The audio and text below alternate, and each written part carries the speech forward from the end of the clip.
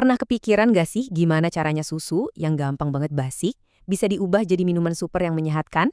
Nah, hari ini kita bakal kupas tuntas rahasia di balik kefir.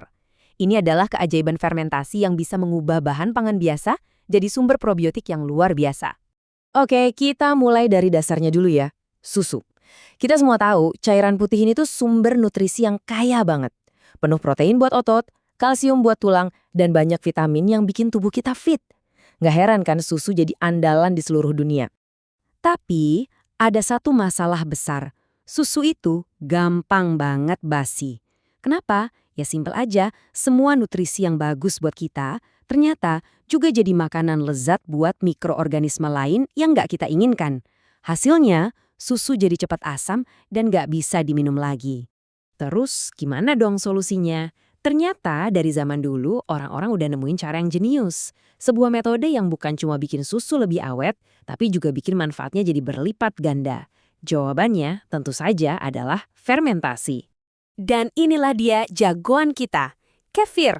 Jangan salah sangka ini tren kesehatan baru loh. Kefir ini warisan kuno dari pegunungan Kaukasus. Sebuah minuman yang sudah terbukti khasiatnya selama berabad-abad untuk menjaga kesehatan. Jadi, kefir itu sebenarnya apa sih? Coba bayangin, ada tim super mikroba. Nah, kefir ini adalah hasil kerjasama atau simbiosis antara berbagai bakteri baik dan juga ragi. Mereka semua hidup bareng dalam sebuah rumah yang kita sebut biji kefir. Mungkin banyak dari kita yang mikir, loh emang apa bedanya sama yogurt? Nah, bedanya ternyata lumayan besar. Kalau yogurt itu biasanya cuma dibuat pakai bakteri.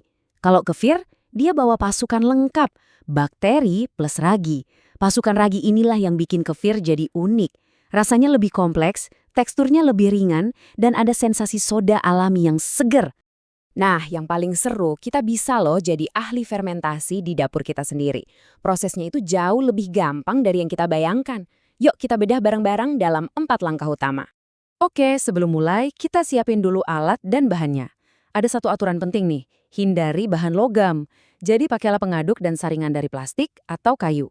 Soalnya asam dari kefir bisa bereaksi sama logam. Terus tentu saja siapkan bahan utamanya, susu dan biji kefir. Ini dia peta perjalanannya, gampang kok. Pertama kita pasteurisasi dulu susunya, lalu inokulasi atau memasukkan bibitnya, terus kita diamkan untuk fermentasi, dan terakhir tinggal kita saring buat panen hasilnya. Langkah pertama, pasteurisasi. Anggap aja ini tahap bersih-bersih. Kita panasin susu bukan cuma buat membunuh bakteri jahat yang bisa mengganggu, tapi ini juga jadi rahasia buat dapetin tekstur kefir yang lembut dan pas nantinya. Nah, suhunya ini penting banget ya. Panaskan susu pelan-pelan sampai suhunya sekitar 85-90 derajat Celcius, tahan beberapa menit. Ingat ya, jangan sampai mendidih.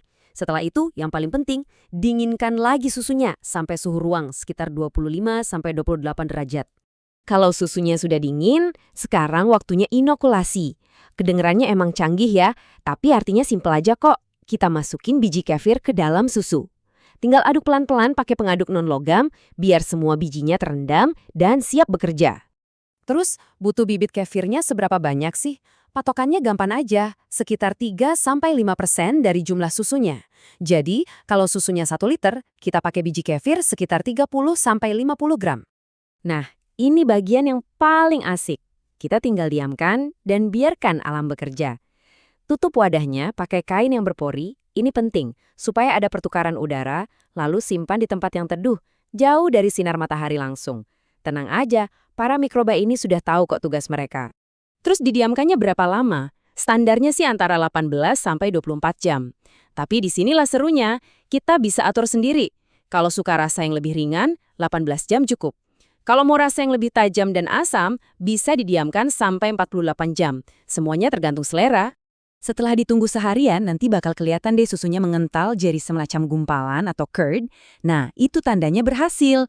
Sekarang tinggal kita saring pelan-pelan untuk misahin minuman kefir yang udah jadi dengan biji kefirnya. Dan yang keren, biji kefir ini bisa kita pakai lagi dan lagi buat bikin kefir selanjutnya. Oke, setelah semua proses tadi, hasilnya kayak gimana sih? Yuk kita kenali hasil akhir dari transformasi yang luar biasa ini. Kefir yang bagus itu warnanya putih bersih, aromanya khas fermentasi yang segar, dan teksturnya lebih kental dari susu biasa. Tapi yang benar-benar bikin spesial itu rasanya. Asam yang segar plus ada sedikit sensasi desis atau fizz di lidah. Nah, kutipan ini pas banget buat ngegambarin rasanya. Rasa asam yang seger dipadukan dengan sensasi kayak minum soda alami yang dihasilkan oleh ragi. Ini dia ciri khas kefir yang nggak bakal kita temuin di minuman lain. Jadi, intinya apa? Kita tuh bukan cuma bikin susu jadi awet, kita sudah melakukan transformasi total dari susu biasa jadi minuman probiotik yang hidup, penuh dengan bakteri baik yang siap menjaga kesehatan pencernaan dan imunitas tubuh kita. Inilah kehebatan fermentasi, mengubah sesuatu yang gampang rusak jadi sumber kekuatan. Ini bukti nyata kalau kita bekerja sama dengan dunia mikroba, hasilnya bisa luar biasa untuk kesehatan kita. Gimana? Jadi pengen coba bikin kan? Selamat mencoba ya!